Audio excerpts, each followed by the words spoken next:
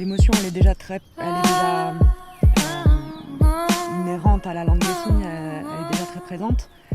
Alors pour moi c'est hyper important parce que je vais utiliser le chant de signe comme un outil de ma petite participation sur le combat collectif des sourds, de leur reconnaissance en tant que personne, en tant que citoyen. Et pour moi c'est un bon outil pour rassembler. Où est l'on met, j'ai rien vu. Pas de l'immeuble, t'as rien vu. Comme moi je lance furieuse, tout est paquet, les lèvres pleines. En fait, avec mes potes sourds, on dansait sur de la musique. Et il y a eu des fois où j'avais pas forcément envie de danser parce que les paroles me dérangeaient.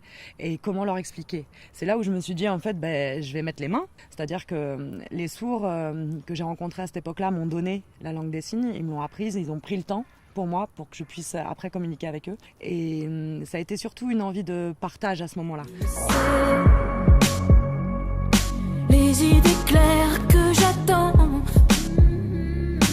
une mauvaise merge sur ma tempe. La solitude, c'est parfait quand ça tape, il n'y a personne qui pleure.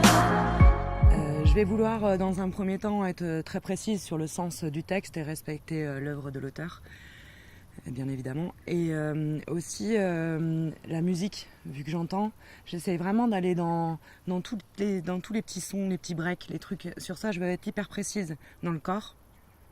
Et après, je défends quand même cette place de chansonneur comme une place d'artiste,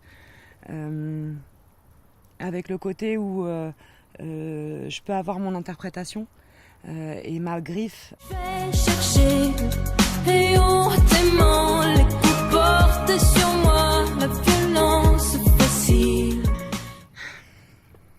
Moi, le message, alors, en tant qu'entendante, il est que c'est possible d'apprendre la langue des signes. En tant qu'entendante, il est aussi que c'est possible de respecter les sourds et leur culture. Et que le pont, il est possible entre sourds et entendants, ouais.